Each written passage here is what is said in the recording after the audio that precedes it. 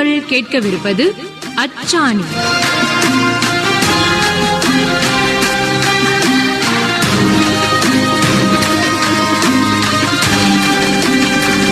வணக்கம் நேயர்களே.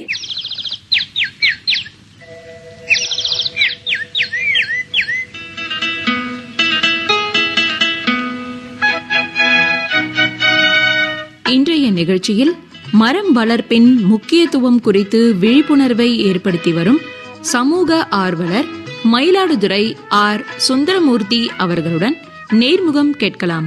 உடன் உரையாடுகிறார் பா. வாசுதேவன் அவர்கள். ஹாய், ஹலோ, வணக்கம். காரைக்கால் FM 100.3 அச்சாணி நிகழ்ச்சிக்கு வாங்கண்ணா வணக்கண்ணா சொல்லி உங்கள் நிகழ்ச்சி கூப்பிட்டுக்கிறது நான் உங்கள் வானொலி நண்பன் பா. வாசுதேவன். இன்னைக்கு அச்சாணி நிகழ்ச்சிக்கு போறதுக்கு முன்னாடி ஒரு குட்டி ஸ்டோரி எல்லாரும் கேட்டு வந்துருவோமா?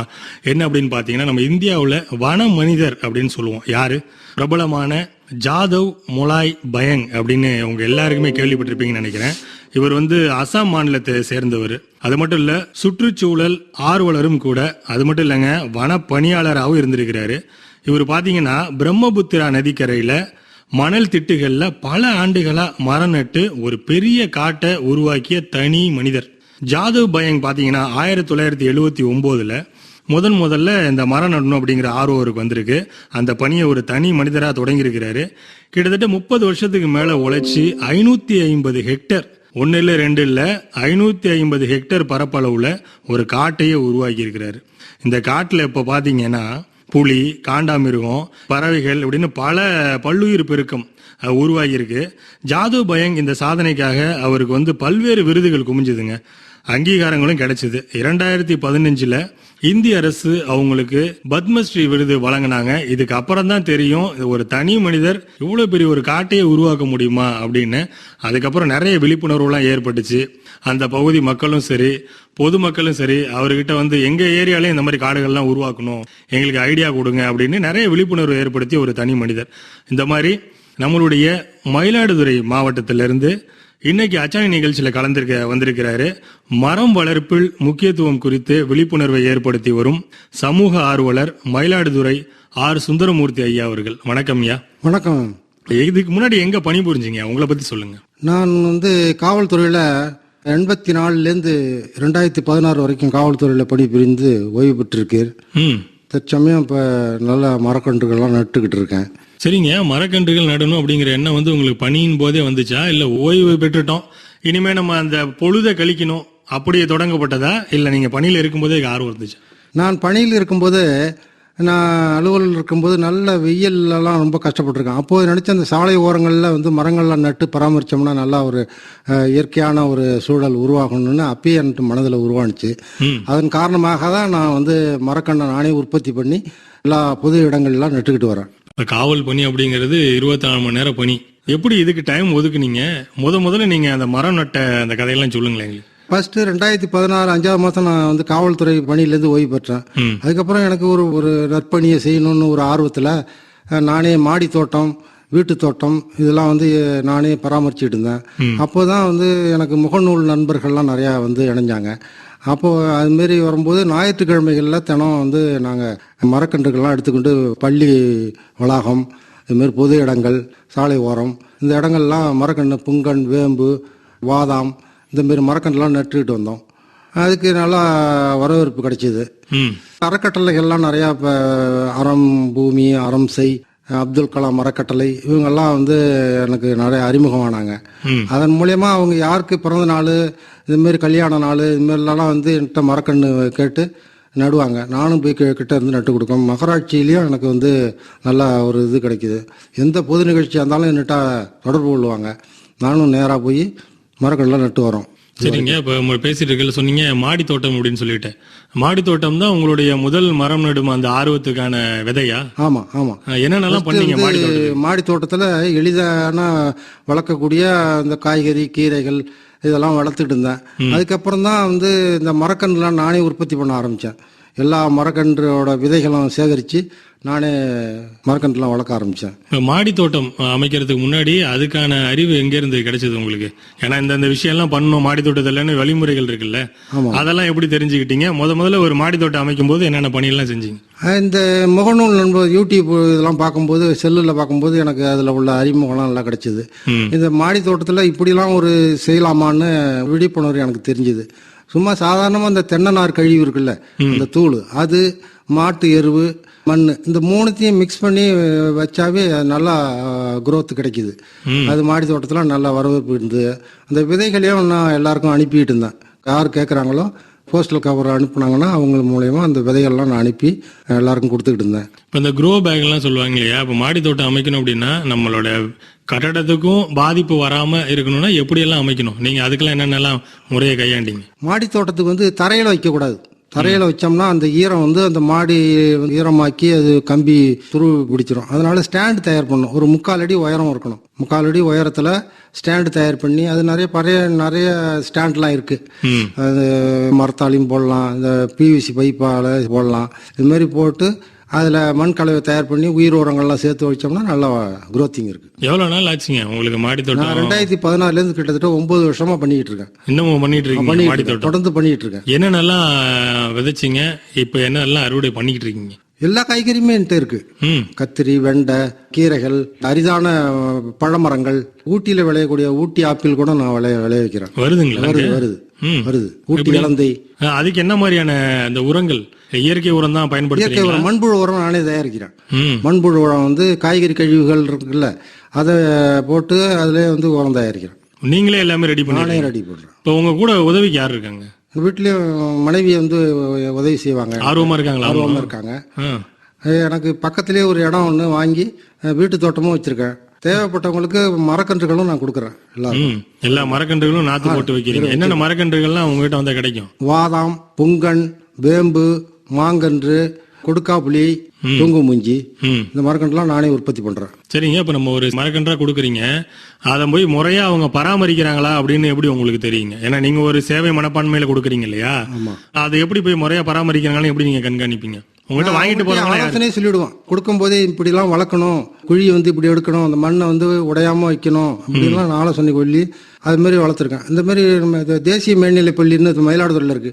70 மரக்கன்றுகள் வச்சோம். 70 மரமும் இப்ப நல்லா வளர்ந்து உயரமா இருக்கு. அதை பராமரிக்கிறது பள்ளி மாணவர்கள்? ஆமா, பள்ளி மாணவர்கள் நீர் ஊற்றி நல்லா வளர்க்குறாங்க. அது மாதிரி நல்லா செய்யறாங்க. கல்வி நிறுவனங்கள் இல்லாம வேற எந்தெந்த இடத்துல எல்லாம் நீங்க இது வரைக்கும் மரம் நட்டுருக்கீங்க? 2019 1 கோடி பண விதை, அது ஒரு ஸ்கீம் வந்து பாரதிதாசன் யூனிவர்சிட்டி மூலயமா எங்களுக்கு சொன்னாங்க. படித்த இளைஞர்கள்லாம் சேர்ந்து பண விதைகளை சேகரித்து கோடங்குடி என்ற ஊர்ல மஞ்சளாற்று அந்த கரை ஓரத்துல 3000 பண விதைகள் நட்டுருக்கோம். அது வந்து நல்லாவே சிறப்பா வந்திருக்கு. இப்ப எல்லா மரக்கன்றும் நல்லா வந்திருக்கு. பாக்குறவங்களுக்கு எல்லாருமே நல்லா சொல்லியிருக்காங்க, இது மாதிரி பண விதை நடலாம் அப்படின்னு. 1 கோடி பனை விதை அப்படின்னா அது ஒரு பெரிய ப்ராஜெக்ட். எப்படி ஆளுங்கெல்லாம் எப்படி சேர்ந்தாங்க? அந்த டீமை பத்தி சொல்லுங்க. இன்னொன்னு, அந்த 1 கோடி பனை விதை கிடைச்சுதா? 1 கோடி பனை விதைங்கிறது அது திருச்சியில தலைமையகம் வச்சு அவங்க எல்லாருக்கும் அறிமுகப்படுத்தினாங்க. இந்த அறக்கட்டளை மூலமாக நடணும் அப்படின்னு சொன்னாங்க. காவிரி படுகை டெல்டா மாவட்டத்தில் உள்ள காவிரி படுகையில நடணும்னு சொன்னாங்க. அதன் மூலியமா நாங்க வந்து நண்பர்கள்லாம் சேர்ந்து இந்த செயல் திட்டத்தை பண்ணிடணும். ஓகே. அச்சானி நிகழ்ச்சியில் எப்போதும் அவங்களோட விருப்ப பாட்டு கேட்போம். இந்த வாரம் உங்களுடைய விருப்ப பாட்டு என்னவா இருக்கும்? ஜெய் பீம்ங்கிற படத்துல வந்து மண்ணிலே ஈரம் உண்டு அப்படின்னு ஒரு பாடல். ஓகே, நம்ம சுந்தரமூர்த்தி ஐயாவோட சேர்ந்து நம்மளும் அந்த பாட்டை கேட்டு வந்துருவோம்.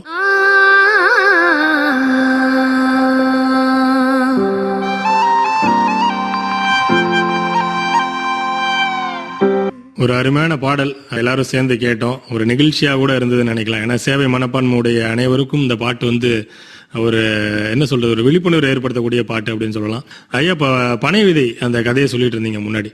மரம் வளர்க்கணும் அப்படிங்கிறவங்க எல்லாருமே பாத்தீங்க அப்படின்னா முதல்ல அந்த பனை அப்படிங்கிற ஒரு விஷயம் எல்லாரும் மனசுல இருக்கு. ஏன் முக்கிய காரணம் அந்த பனை விதையை விதைக்கணும்னு நினைக்கிறதுக்கு முக்கிய காரணம்? அதனால என்ன பயன்கள் நமக்கு? அதாவது இயற்கைக்கு வந்து பனை தான் வந்து நல்ல ஒரு நீராதாரத்தை கொடுக்கறது மக்களுக்கு. பனை விதை வந்து வேறு வந்து 50 அடி ஆழம் வரைக்கும் போய் அந்த நீரை சேமிச்சு வைக்குது. அந்த பனை விதையினால அந்த பனைமரம் வந்து பல விதத்துல உபயோகமா இருக்கு. ஏழைகளுக்கு பனங்காய், பனைமட்டை எல்லாமே பொருள்லாம் அதுல இருந்து தயாரிக்கிறாங்க. அது இயற்கைக்கும் நல்ல ஒரு நல்ல மழை பெய்யுது, மண் வளம் பெறுது. அதனால அந்த பனை விதைக்கு ஒரு முக்கியத்துவம் கொடுக்குறோம். சரிங்க. இப்ப என்னென்ன வகையான மரங்கள் வந்து பேரிடர் காலங்கள்ல சில மரங்கள் வந்து தாங்கி நிக்கும், சில மரங்கள் பாத்தீங்கன்னா இப்ப கஜா புயல் அப்போ நாட்டு மரங்கள்லாம் ரொம்ப பாதிக்கப்படல, வேற மரங்கள் தான் அதிகம் சாஞ்சது அப்படிங்கிற ஒரு இதெல்லாம் நம்ம கேள்விப்பட்டிருக்கோம். அப்ப என்னென்ன வகையான மரங்களை நடணும், எந்தெந்த இடத்துல நடணும் முறையா? ஏன்னா ஆர்வம் இருக்கும், அதுக்கான திட்டம் இருக்காது. நீங்க அதை தெளிவுபடுத்துங்க. இந்த கொடுக்காப்புளின்னு ஒரு மரம் இருந்தது. அது வந்து நல்ல பறவைகளுக்கு நல்ல ஒரு உணவாகவும் பழங்கள்லாம் நல்லா இருந்தது. அந்த மரங்கள் இப்போ அழிஞ்சிட்டு வருது. அந்த மரங்கள்லாம் நடலாம். அது வந்து ஆடு மாடு கால்நடை தீவனங்கள்லாம் வந்து ரொம்ப அழிவு இருக்காது, அது நடலாம். சரக்கொன்றைன்னு ஒரு மரம் இருக்கு. சரக்கொன்றைனா பூ வந்து நல்லா சரமா அழகா இருக்கும் பார்க்கறதுக்கு. ரோடு ஓரங்களில் ஆடு மாடு கால்நடை திங்காது. அந்த மரமும் நல்லா ஸ்ட்ராங்கா இருக்கும். ரோட்டு ஓரங்களில் நட்டா அது நல்லா இருக்கும். புங்கன் மரமும் நடலாம், அது நல்லா இருக்கும். தூங்கு முஞ்சி நல்ல நிழல் தரும். வாதா மரமும் நல்ல நிழல் தரும். புளிய மரங்கள்லாம் பின்னாடி முன்னோர்கள் நட்டதெல்லாம் இப்போ வந்து அழிச்சிட்டு வராங்க. ரோட்டு ஓரங்களில் ஒரே வெயிலாக தான் இருக்கு. இதை இளைஞர் சமுதாயங்கள் வந்து இந்த மரக்கள்லாம் வச்சு உருவாக்கினாக்கா நல்லா விழிப்புணர்வாக இருக்கும். இப்போ ஒரு தனி மனிதனா நம்ம மரம் நடணும் அப்படின்னு இறங்கும் போது நம்மளால ஓரளவுக்கு முடியும். அதுக்கப்புறம் பாத்தீங்க அப்படின்னா யாராவது ஒரு துணை இருந்தா பெட்டரா இருக்கும், நமக்கு இதுக்கு ஒரு சப்போர்ட் இருந்தா அப்படின்னு சொல்லிட்டு. உங்களுக்கு இப்ப எவ்வளவு மரக்கன்றுகள் இது வரைக்கும் நட்டிருப்பீங்க? அது யாரெல்லாம் சப்போர்ட்டா இருக்கா? நான் இது வரைக்கும் ஒரு 7000 மரக்கன்று நட்டிருப்பேன். மயிலாடுதுறையில் மட்டும்? மயிலாடுதுறை சுற்றி உள்ள பகுதிகள். அதுல வந்து பொது நிகழ்ச்சிகள், கல்யாண நாள், திருமண நாள் இதெல்லாம் வச்சு கொடுக்க சொல்லுவாங்க. அவங்களுக்கும் நான் வந்து நேரடியாக போய் நின்று மரக்கன்று வச்சு கொடுத்துருக்கோம். நகராட்சியிலையும் வந்து புதுசாக ஒரு இடத்த ஆக்கிரமிப்பு பண்ணி இது பண்ணாங்கன்னா அந்த இடத்துல மரக்கன்று வைக்க சொல்லுவாங்க. அதுலேயும் வச்சுருக்கேன். இதுக்கு எனக்கு உறுதுணையாக வந்து மெயில் சங்கர்னு ஒருத்தர் இருந்தார். அவரு வந்து நல்லா எனக்கு சப்போர்ட்டாக இருப்பார். வேந்தன் ஒருத்தர், அருண்னு ஒருத்தர், மணிகண்ட பிரபுன்னு ஒருத்தர். இந்த நண்பர்கள்லாம் எனக்கு உறுதுணையாக இருப்பாங்க. எங்கே மரம் நடணுனாலும் உடனே கூப்பிட்டோம்னா வந்து மரம் நட்டு கொடுப்பாங்க. பெரும்பாலும் ஞாயிற்றுக்கிழமையிலே நல்லா ஃப்ரீயா இருப்பாங்க, அந்த நேரத்தில் போய் நட்டு கொடுப்போம். ஞாயிற்றுக்கிழமை எல்லாம் ஃப்ரீயா நம்மளை பத்தி யோசிக்கிற நாள். ஆனா அன்னைக்கும் ஒரு சமூக பணியில தான் நீங்க ஈடுபடுறீங்க. எப்படி இருப்பீங்க? எப்படி அந்த மரக்கன்று எங்க இருந்து உங்களுக்கு கிடைக்கும்? நீங்களே ஒரு தயாரிக்கிறீங்களா, இல்ல இப்பெல்லாம் வந்து டைரக்டா அந்த மரமாவே எடுக்கிற ஒரு முறை இருக்கு இல்லைங்களா? பாதியிலே வெட்டி ஒரு மரத்துல இருந்து உயிர் உரத்தை வச்சு பண்றது, அந்த முறையில எடுப்பீங்களா? எப்படி பண்றீங்க? ஆரம்பத்துல விதைகளை கலெக்ட் பண்ணி நானே வந்து பாக்கெட்ல போட்டு மரக்கண்ணா வளர்த்தேன். அந்த மரம் வளர்றதுக்கு ரொம்ப நாள் ஆகுது. அதுல வந்து மரக்கண்ணெல்லாம் நிறைய இடையூறு ஆகி வெட்டிடுறாங்க, கால்நடையில் வந்து தின்னுடுது. அது வளர்க்குறது கஷ்டமா இருந்தது. அப்புறம் தான் வந்து நான் முகநூலில் பார்க்கும்போது இந்த ஏர் லேயரிங், அதாவது விண்பதியம்னு சொல்லுவாங்க. விண்பதியம்னா மரக்கிளையிலையா அந்த தோலை 1 இன்ச்சு வரைக்கும் எடுத்துட்டு அதில் வந்து தேங்காய் நார் தூள், மாட்டு எரு, மண், இந்த 3த்தையும் கலந்து உயிர் உரத்தை கலந்து அதை வந்து பாலித்தீன் கவரில் கட்டி அந்த இடத்துல கட்டிடுவான். சோற்று கட்டாழைன்னு ஒரு ஜெல்லு இருக்கு, அதை தடவணும். அதில் தடவி அதை வச்சிட்டோம்னா அது வந்து 1 மாசத்துலேயே நல்ல வேர் வந்துடுது. அந்த வேர் வந்த மரத்தை அப்படியே கட் பண்ணி கொண்டு போய் அந்த இடத்துல வச்சு உருவாக்கினா நல்லா மரமாக ஆயிடுது. அது ஒரு நல்ல ஒரு ஏற்பாடாக இருக்கு. இப்போ அதுதான் செஞ்சுக்கிட்டு இருக்கோம். இப்போ செடியை விட அந்த மெத்தட் நல்லா இருக்கு. செடியா வச்சுட்டாலும் அது பராமரிக்கிறது உங்களுக்கு கஷ்டமா, இல்ல இந்த மாதிரி மெத்தட் பராமரிக்கிறது ஈஸியா இருக்கு? இது ஈஸியா இருக்கு. இது மரத்திலேயே வந்து இருக்கு. ஆடு மாடுகள் வந்து இதை தீங்கு பண்ணாம நல்லா இருக்கு. இது வந்து சுற்றி கூண்டு வேண்டாம், அப்படியே மரமாயிடுது. நல்லா ஒரு 10 அடி உயரம் வந்துடுது. அது மாதிரி வளர்க்குறோம் நாங்க. இப்போ நீங்க அதை வந்து கன்றா வச்சு வளர்றதுக்கும் இதுக்கும் எவ்வளவு நாள் எடுக்குதுங்க? அது மரக்கன்று வச்சு வளர்க்கறதுக்கு ஒரு 5 வருஷம் ஆகும். இது வந்து உடனே வந்து மரமாயிடும். ஒரு 6 மாசத்துலயே பாத்தீங்கன்னா பெரிய மரமாயிடும். ஓகே. அந்த மாதிரி எவ்வளவு மரங்கள் நட்டிருக்கீங்க உங்க பகுதிகளில்? இது வரைக்கும் ஒரு 500 மரம் நட்டிருக்கேன். இது வரைக்கும் 500 மரம். நீங்க உங்களோட அமைப்பு நல்ல மரம் அடிக்கடி போய் பராமரிச்சுட்டு வரோம். நல்லா வளர்ந்துருக்கு. ஓகே. அந்த முறையான கண்காணிப்பு அப்படின்னு ஒண்ணு இருக்கு இல்லைங்களா? இப்ப மரம் நடுறது ஒரு பக்கம் இருக்கட்டும்ங்க, அது நம்ம நட்ட மரங்களை முறையா போய் இது கரெக்டா இருக்கா, வளர்ந்துருக்கா, அவனோட வளர்ச்சியை பாக்குறது ஒண்ணு இருக்குல்ல? ஆமா ஆமா. அது எப்படி அதுக்கு பராமரிப்பு படியும் செய்யறோம். 2 பேரும் சேர்ந்து போய் அந்த சுத்திரும் மரத்தை வந்து களையெல்லாம் எடுத்துட்டு தண்ணி வறட்சியா இருந்தா தண்ணி ஊத்திட்டு அதுலயும் வரோம். அது எப்படிங்க நீங்க ஏரியா பிரிச்சுப்பீங்களா உங்க குழுக்குள்ள? இல்ல நாங்களே ஒரு 2-3 பேர் தான் அதுல வருவோம்.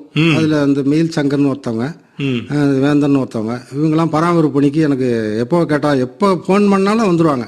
வந்து நாங்க போய் நேரடியா அந்த பராமரிப்பு பணியை செஞ்சுட்டு வருவோம். சரிங்க. இப்போ இந்த மரம் வளர்க்குறதுல ஒரு பெரிய சவால் அப்படின்னா என்ன சொல்லலாம்? இதுல நிறைய சவால்கள் இருக்கும். இப்போ ஒரு எக்ஸாம்பிளுக்கு சொல்லணும், நம்ம ஒரு செடி அந்த இடத்துல வச்சுட்டு வருவோம். ஏதோ ஒரு வீட்டுக்கு முன்னாடி வைக்கும் போது அவங்களோட சொந்த காரணங்களுக்காக அது என்ன ஏதுன்னே பார்க்காமலாம் எடுக்கிற மாதிரியான சூழ்நிலை எல்லாம் இருக்கு. அப்படி என்னென்ன சவால்கள் இருக்கு? அது மாதிரி நிறைய சவால்களும் இருக்கு. சில நேரங்கள்ல நம்மளுக்கு ஒரு கோபமாவும் வரும். அதாவது வச்ச கண்ணை வந்து சிலவங்க அதுக்கு தெரியாது, அந்த மரத்தோட அருமை தெரியாதவங்க அதை வெட்டி போட்டுறாங்க, இப்படிலாம் செய்யறாங்க. அதையும் மீறி தான் நாங்க மரக்கண்ணை வச்சு நட்டுட்டு வளர்த்துட்டு வரோம். அந்த மாதிரி என்னென்ன இன்சிடென்ட்லாம் இருக்கீங்க அதை சொல்லுங்க அப்படியே. நாங்கள் வந்து இந்த மயிலாடுதுறையில் புது பஸ் ஸ்டாண்டு எதுக்க ஒரு ஃப்ரீயான ஒரு இடம் இருந்தது. அந்த இடத்துல வந்து நாங்கள் மரக்கன்றுகளை வச்சோன்னா அந்த இடத்துல ஒரு பாலம் கட்டுறாங்க ஒருத்தவங்க. பாலம் கட்டுறவங்க அது என்ன செய்கிறாங்க, அந்த கண்ணெல்லாம் சேதப்படுத்திட்டாங்க. அதை மறுபடியும் நாங்கள் வந்து ஆல்டர் பண்ணி யார் செஞ்சதுன்னு சொல்லி நாங்கள் இது பண்ணோம். இதுமாரி பல இடையூறுகள்லாம் வருது. மாடு முறிச்சிரும் அந்த மரத்தை, அதை நிமித்து வச்சு கட்டிடுவோம், இப்படிலாம் செஞ்சுட்டு வரோம். இப்போ அந்த மயிலாடுதுறைக்கு அப்புறம் நீங்க நட்டேன்னு சொன்னீங்க இல்லையா அந்த மரக்கன்றுகள், இதுக்கப்புறம் வெளி பகுதிகளில் எங்கெங்கெல்லாம் மரம் நட்டுருக்கிறீங்க மயிலாடுதுறை தாண்டி? மயிலாடுதுறை சுற்றுப்புறங்கள்ல இந்த குளக்கரை இருக்கு, அக்கனாங்குளம், இந்த மட்டக்குளம், இந்த மாதிரி குளக்கரையெல்லாம் நிறைய மரக்கன்றுலாம் வச்சிருக்கோம். குளங்களுக்கு நீர்வழி தடம் வருது இல்ல, அந்த இடங்கள்லயும் நாங்க வந்து மரக்கன்று வைக்கிறோம். உங்களோட இந்த மரக்கன்றுகள் நடுறாங்க இல்லையா, அதுல எத்தனை பேர் என்ன இருக்காங்க உங்க கூட இருக்காங்க? ஒரு 50 பேர் இருப்பாங்க. 50 பேர் இருக்காங்க. 50 பேரும் ஒவ்வொரு ஏரியா வரியா பிரிச்சுக்கிட்டாங்க. எப்ப அவங்களுக்கு வேலையில்லாத நேரங்களா பார்த்து போன் அடிச்சோம்னா வருவாங்க. வந்தோம்னா டீமா சேர்ந்து செய்யறோம், நாங்க மரக்கன்று வைக்கிறோம். ஓகே ஐயா, சுந்தரமூர்த்தி ஐயா வந்து அவருடைய மரம் நடும் பணி அதை குறித்த விழிப்புணர்வை பத்தி நிறைய விஷயங்கள் பேசினாரு. அடுத்த வாரமும் தொடர்ந்து அச்சாணி நிகழ்ச்சியில் அவரோட பேசுவோம்.